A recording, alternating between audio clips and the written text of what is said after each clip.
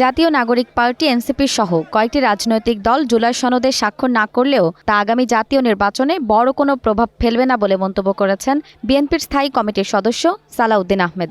জুলাই সনদ স্বাক্ষর অনুষ্ঠান কেন্দ্র করে সংসদ ভবন এলাকায় আওয়ামী ফ্যাসিস্ট বাহিনী জুলাই যোদ্ধাদের নামে বিশৃঙ্খলা সৃষ্টি করেছে বলেও অভিযোগ করেছেন তিনি। সকালে রাজধানীর শেরেবাংলা নগরে জিয়াউর রহমান ফাউন্ডেশনের ২৬তম প্রতিষ্ঠা বার্ষিকী উপলক্ষে দলীয় নেতাকর্মীদের সাথে নিয়ে শহীদ প্রেসিডেন্ট জিয়াউর রহমানের সমাধিতে পুষ্পস্তবক অর্পণ করেন সালাউদ্দিন আহমেদ। পুষ্পস্তবক অর্পণ শেষে সালাউদ্দিন আহমেদ বলেন, জুলাই যোদ্ধাদের দাবির প্রেক্ষিতে সনদে সংশোধনী আনা হয়েছে, এরপরও কারো অসন্তোষ থাকার নয়। জুলাই সনদ স্বাক্ষর অনুষ্ঠান কেন্দ্র করে সংসদ ভবন এলাকায় আওয়ামী ফ্যাসিস্ট বাহিনী জুলাই যোদ্ধাদের নামে বিশৃঙ্খলা সৃষ্টি করেছে বলেও অভিযোগ করেছেন তিনি।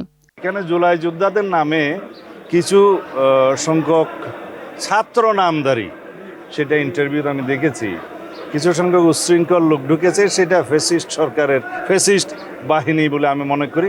এবং আওয়ামী ফ্যাসিস্ট বাহিনী যে এখনও সমস্ত জায়গায় এই বিভিন্ন ফাঁকফোঁক করে বিশৃঙ্খলা সৃষ্টি করার চেষ্টা করছে, সেটা গতকালকেও দৃশ্যমান হয়েছে।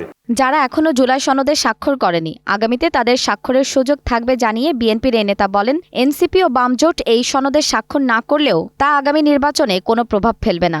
এনসিপি এবং 3টি কি 4টি বাম রাজনৈতিক দল স্বাক্ষর অনুষ্ঠানে যেতে পারে না। আমি বলবো না স্বাক্ষর করেনি, স্বাক্ষর করার সুযোগ উন্মুক্ত আছে। আশা করি তারা ভবিষ্যতে সনদে স্বাক্ষর করবেন। আগামী নির্বাচনের জন্য এটা বড় কোনো প্রভাব ফেলবে না। আমরা মনে করি সহনশীলতা সবার মধ্যে আসবে। হয়তো তাদের কিছু দাবি দেওয়া আছে, সেটা সরকারের সাথে আলাপ আলোচনা করবে, এক পর্যায়ে তারাও জুলাই সনদে স্বাক্ষর করবে বলে আমরা বিশ্বাস করি। জুলাই সনদ স্বাক্ষরের মধ্য দিয়ে দেশে গণতান্ত্রিক সংস্কৃতি চর্চা অব্যাহত রাখার যাত্রা শুরু হয়েছে। সনদটি বাস্তবায়নের মাধ্যমে শক্তিশালী গণতান্ত্রিক সরকার প্রতিষ্ঠিত হবে বলেও আশা প্রকাশ করেন সালাউদ্দিন আহমেদ। রাষ্ট্র কাঠামোতে গণতান্ত্রিক সংস্কারের মাধ্যমে একটি শক্তিশালী গণতান্ত্রিক সমাজ, রাষ্ট্র, সরকার বিনির্মাণ হবে। জেরিন জামান, গ্রিন টিভি, ঢাকা।